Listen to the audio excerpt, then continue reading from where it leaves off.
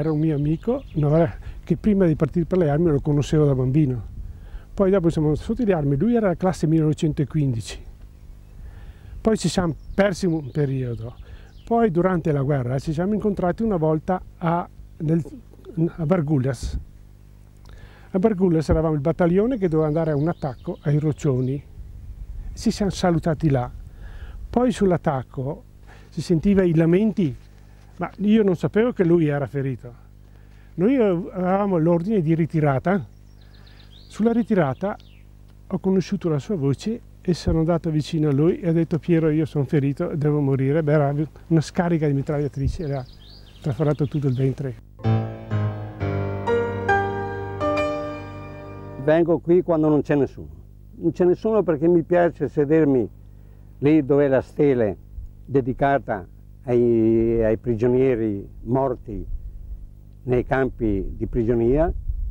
Li ricordo, colloquio con loro e poi mi piace sentire così, vedere il vento attraverso le fronde degli alberi, lo stormire delle fronde e ascoltare il silenzio.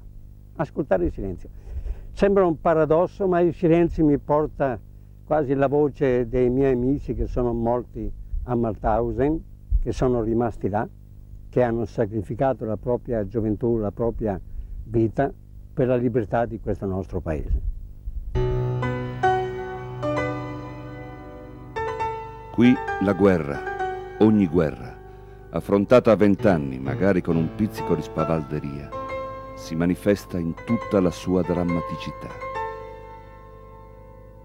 Sono andato in Russia e anche i miei amici contenti come andare chissà ad una sagra, e dopo è successo quello che è successo. Dei 155 che siamo partiti dal Cadore siamo ritornati in meno di 30. Tant'è vero che il nostro battaglione, il battaglione Vestone, io ho dati precisi, siamo partiti, compresi i complementi, in 1640, 384 ritornati, 1256 morti.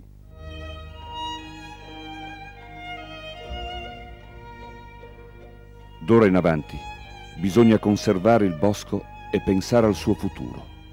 Vi provvede il Comitato per il Bosco delle Penne Mozze. Al suo fianco le 4 sezioni dell'Associazione Nazionale Alpini della provincia: Conegliano, Treviso, Valdobbiadene e Vittorio Veneto. Attraverso i loro presidenti sono impegnate a diffondere ovunque la conoscenza e l'amore per questo sacro memoriale. È intendimento per valorizzare quest'opera unica nell'Associazione Nazionale Alpini di promuovere presso i centri di addestramento reclute dell'Esercito, presso le varie comunità, delle manifestazioni con rassegne corali, con proiezioni di questa videocassetta, affinché si possa tramandare alle giovani leve i sacrifici, il senso del dovere, lo spirito di sacrificio che i giovani di loro hanno dimostrato, immolandosi per la patria.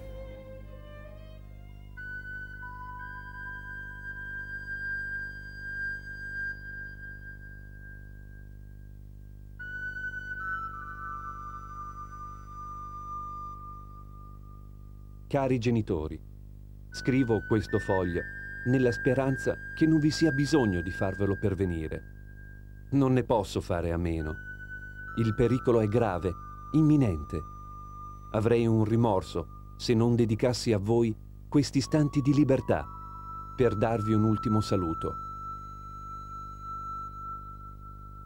Penso, in queste ultime ore di calma apparente, a te, papà, a te, mamma, che occupate il primo posto nel mio cuore. A te, Beppe, fanciullo innocente. A te, Nina. Quando riceverete questo scritto, non piangete. Siate forti come avrò saputo esserlo io. Un figlio morto in guerra non è mai morto.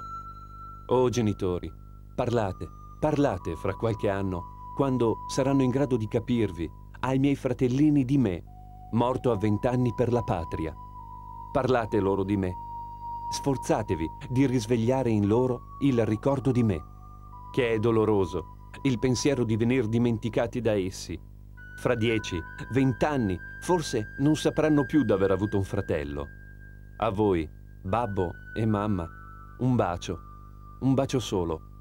A Beppe, a Nina un altro ed un monito. Ricordatevi di vostro fratello. Sacra è la religione dei morti. Siate buoni, il mio spirito sarà con voi, sempre.